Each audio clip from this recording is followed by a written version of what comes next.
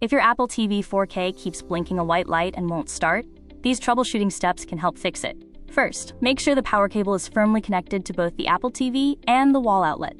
If the light keeps blinking, plug the Apple TV into a different wall outlet to rule out power problems. Unplug the Apple TV completely, wait 30 seconds, then reconnect the power cable and watch the status light again.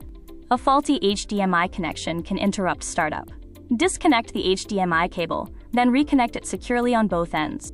If the white light continues blinking, replace the HDMI cable with a certified high-speed cable to eliminate cable-related startup issues. Use your TV remote to switch to the HDMI input connected to the Apple TV, since the wrong input can display a blank screen. If it's still blinking, hold the back and TV buttons together for several seconds until the status light flashes rapidly.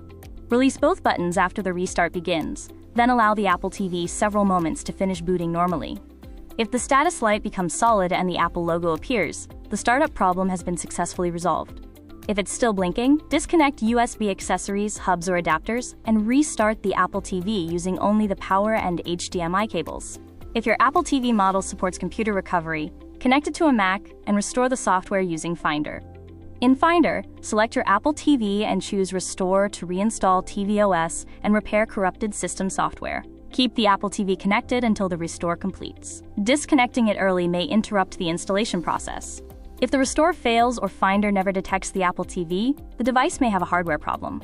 Contact Apple support or visit an Apple store for hardware diagnostics, repair options, or replacement if your warranty still applies.